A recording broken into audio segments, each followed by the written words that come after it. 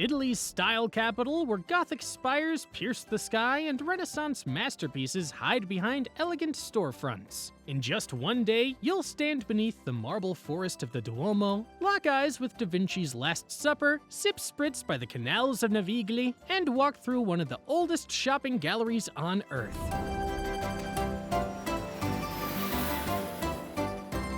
If you've only got 24 hours, make them unforgettable. This is how to do Milan right.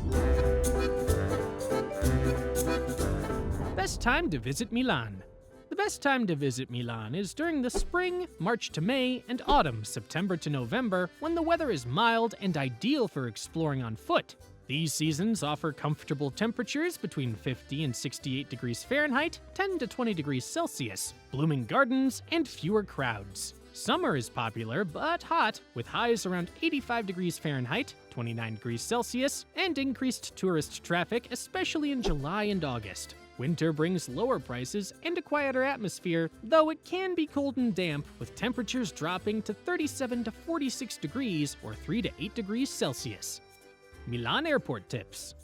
Milan has three main airports, with Malpensa, MXP, handling most international arrivals. The fastest way into the city is the Malpensa Express train, running every 30 minutes to either Milano Central or Cadorna station in under an hour. Tickets are about 16 USD. Shuttle buses are also available for 11 USD, though the journey can take longer in traffic. If you're flying into Linate, LIN, Milan City Airport, the new M4 metro line connects directly to the center in just 15 minutes for 2.5 USD. Taxis are quick too, with rides into town taking about the same time and costing 35 to 45 USD.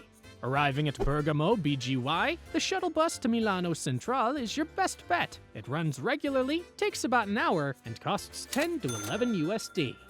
Where to stay in Milan? When you're visiting Athens, staying close to the historic center makes all the difference. For a budget-friendly stay, Stazione Centrale is your best bet. It's not the prettiest part of Milan, but it's practical, well-connected, and packed with hostels and simple hotels ranging from 30 to 70 USD per night. If you're looking for mid-range comfort, base yourself in Porta Venezia or Porta Nuova. These neighborhoods are lively, stylish, and walkable, with boutique hotels priced between 120 and 180 USD, perfect for travelers who want charm without the splurge. For a luxury experience, stay near the Duomo in Brera or the Quadrilatero della Moda. These central districts offer Milan's most iconic hotels, rooftop views, and designer surroundings. Expect to pay 400 USD and up per night for 5-star style in the heart of the city. How to get around Milan. Milan's metro system is fast, reliable, and easy to navigate. A single ticket costs $2.40 USD and covers 90 minutes of travel on the metro, trams, or buses. For sightseeing days, grab a 24-hour pass for $8.30 USD or a 3-day pass for $17 USD. Both offer unlimited rides across the entire network. Trams are a scenic way to explore the historic center, while metro lines connect all major sites. And if you're using a contactless card, fares cap automatically, no need to stop for tickets. Perfect day in Milan. Rooftop views, Renaissance frescoes, and canal-side aperitivo. Morning. Breakfast. Caffè Napoli Giardino. Start your day like a local at Caffè Napoli Giardino, just steps from the Duomo. This bright, fast-paced cafe serves bold espresso, creamy cappuccinos, and southern Italian pastries like cornetto ishitano and sfogliatella riccia. Order at the counter, stand with the locals, and soak in the city's morning rhythm.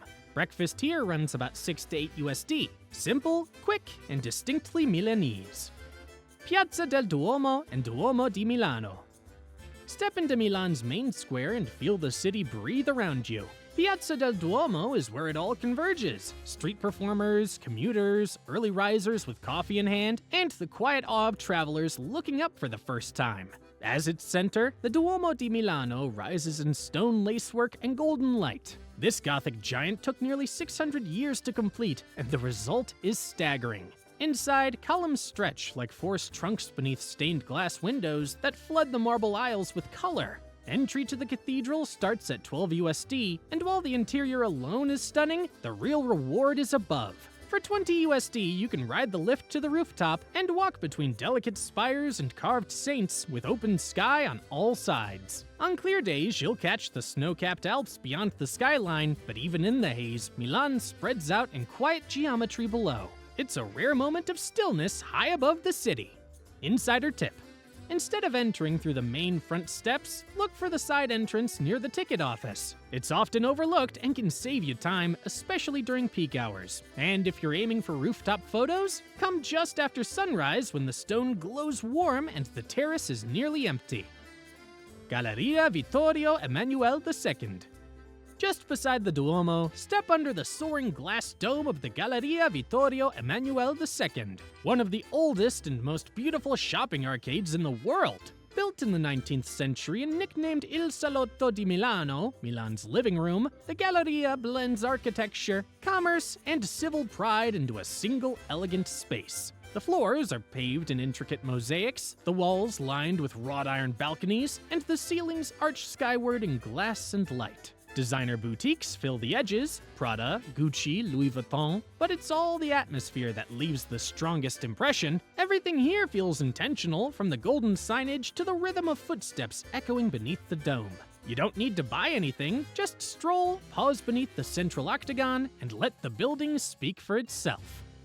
Insider tip: in the center of the Galleria, look for the mosaic of a bull on the floor. Locals say spinning 3 times on its testicles brings good luck. It's quirky, a bit irreverent, and completely irresistible. The tile is worn smooth from years of spins, and if you want a photo without a crowd, come early in the morning before the dome fills with visitors.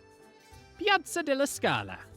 Step into one of Milan's most refined squares, where culture and elegance meet in perfect balance. On one side, the world-renowned Teatro alla Scala, where Verdi and Puccini premiered their operas and Maria Callas electrified audiences. On the other hand, 19th century buildings and shaded benches frame a space that feels more composed than crowded. At the center stands a statue of Leonardo da Vinci, calmly surveying the square, surrounded by 4 of his students carved in stone. It's a thoughtful corner of the city where the pace slows and the noise softens, even with the Duomo just minutes away. Insider tip: just around the corner, stop at Grum for a scoop of rich pistachio or seasonal fruit gelato. It's a local favorite made without additives, and the perfect treat to enjoy while sitting beneath the trees before your next stop.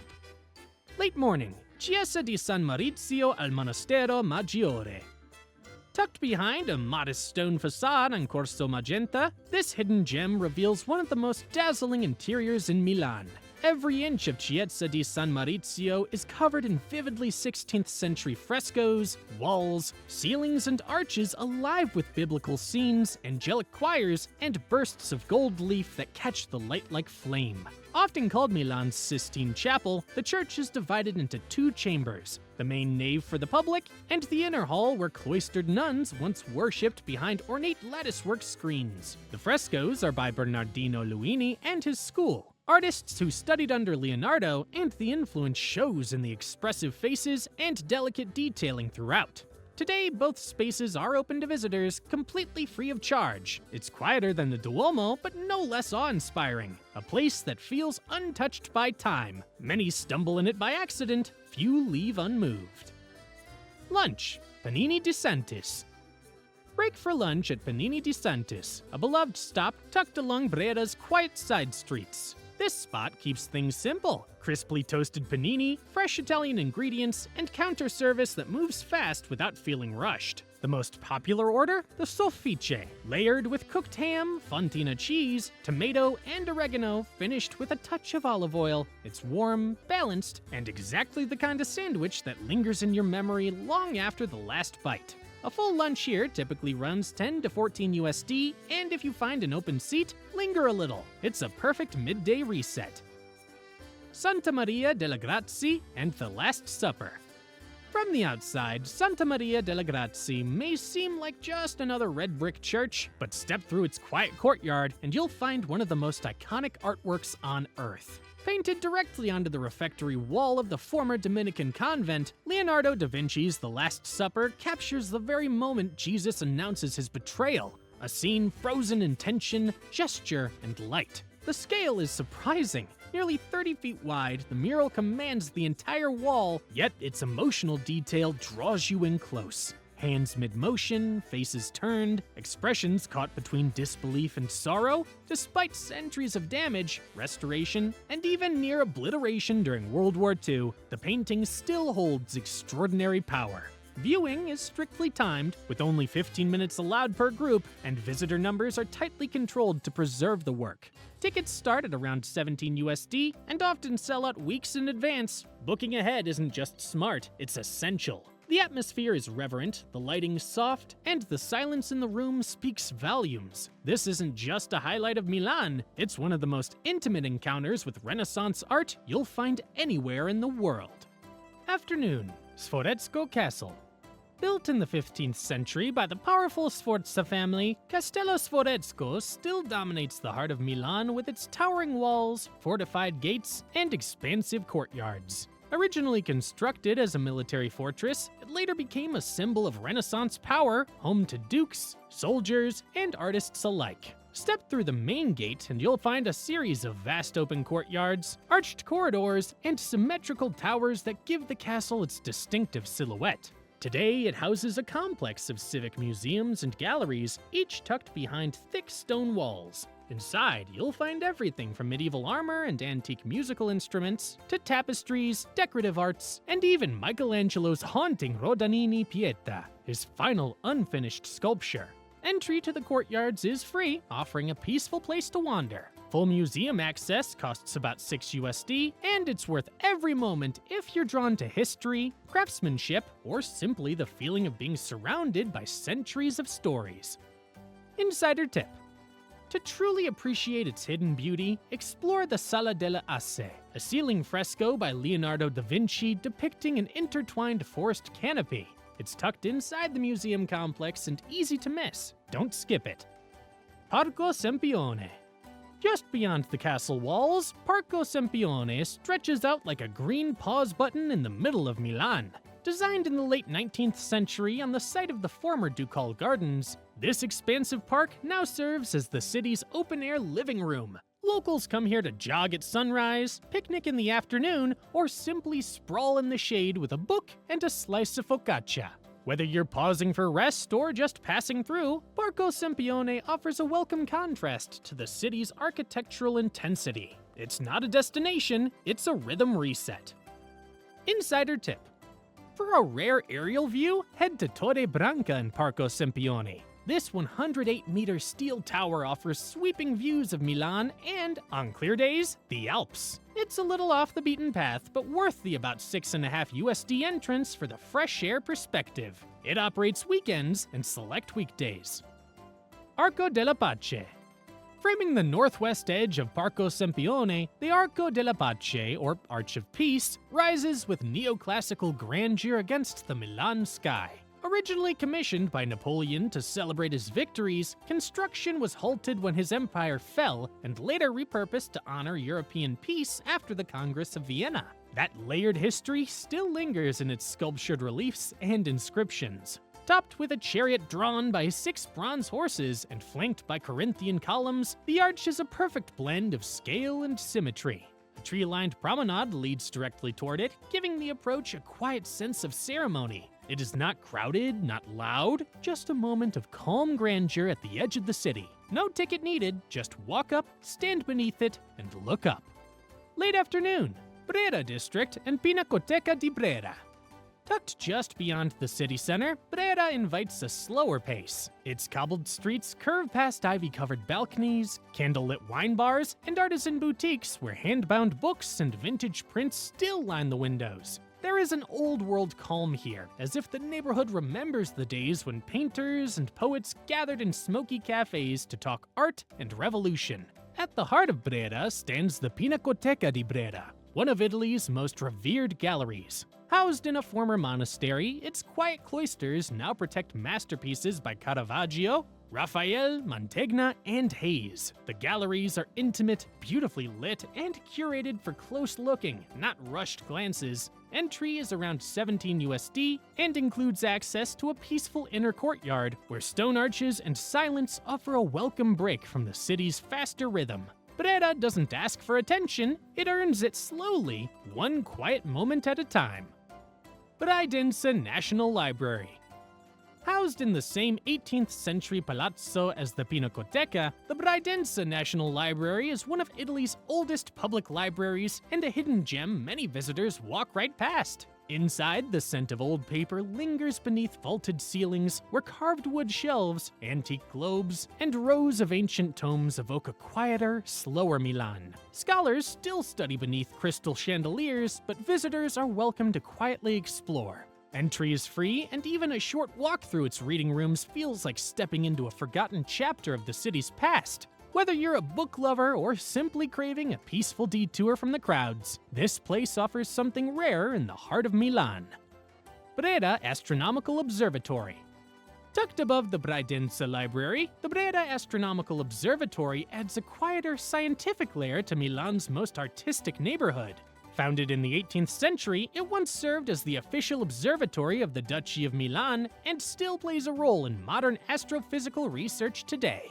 Though regular access is limited, occasional exhibitions and guided events allow visitors a rare glimpse inside, where antique telescopes and celestial maps recall the Age of Enlightenment. Even if doors are closed, the neoclassical facade and rooftop dome remain a graceful presence above Brera's rooftops, quietly reminding you that this district has always looked outward, to art, to science, and the stars. Via Monte Napoleone. From bohemian Brera, step into the polished world of Via Monte Napoleone, Milan's most luxurious shopping street. This is the heart of the Quadrilatero della Moda, where fashion is not just sold, it's lived. Lined with boutiques like Prada, Valentino, Gucci, and Hermes, the street itself feels curated, from the displays in the windows to the tailored silhouettes walking past them. But you don't need to carry shopping bags to belong here. The architecture is refined, the air scented with high-end perfume, and every cafe terrace offers a front row seat to the city's unofficial runway. Whether you're here to spend or just observe, this is Milan's fashion identity distilled into a single, unforgettable street. Evening, Navigli District. As the sun dips lower, head to the Navigli district, where quiet canals mirror golden light and the energy of evening begins to build. Once part of Milan's historic trade network, these waterways were engineered with help from Leonardo da Vinci himself. Today, they mark the city's most atmospheric evening quarter. Old warehouses, now hosting buzzing bars, vintage shops spill out onto cobblestones, and locals gather for aperitivo with friends. You can wander without a plan, stop for a glass of wine, listen to live music floating from an open window, or simply follow the water and let the moment unfold. It's lively, scenic, and unmistakably Milanese. There's no better place to wind down your day. Insider tip. On the last Sunday of every month, the banks of the Naviglio Grande host a vintage market where local vendors sell vintage clothing, retro furniture, and quirky antiques, an ideal way to soak up the neighborhood's creative energy. Aperitivo, Mag Caffè. Before dinner, stop at Mag Caffè, one of the most beloved spots along the canal for an aperitivo. Small, stylish, and always buzzing, it's known for creative cocktails and a curated selection of bites served with your drink. Grab a table outside, order a classic Negroni or something seasonal, and watch the golden hour unfold over the water. Aperitivo here typically costs around 12 to 15 USD, including snacks. Late evening, dinner, Il Principe de Navigli. For your final meal, settle into Il Principe de Navigli, a relaxed yet elegant restaurant with a canal-side terrace that feels made for golden hour. Their seafood is the highlight. Try the grilled mixed platter with prawns, calamari, and fresh fish, or go for the tagliolini al nero di seppia, a rich squid ink pasta with shrimp and asparagus. For something indulgent, the lobster linguine is a favorite. With a glass of wine, dinner here typically runs around 30 to 40 USD, and every bite pairs perfectly with the laid-back energy of Navigli at night. As the city lights ripple across the canals and the pace begins to slow, your day in Milan ends with the same elegance it began. From marble rooftops to frescoed chapels, fashion arcades to hidden courtyards, Milan isn't just a place you see, it's a rhythm you move with. If you enjoyed this journey, make sure to like, subscribe, and tap the bell for more beautifully crafted travel guides. And if you're planning more travel in northern Italy, be sure to check out our video on Lake Como. It's the perfect next chapter after Milan.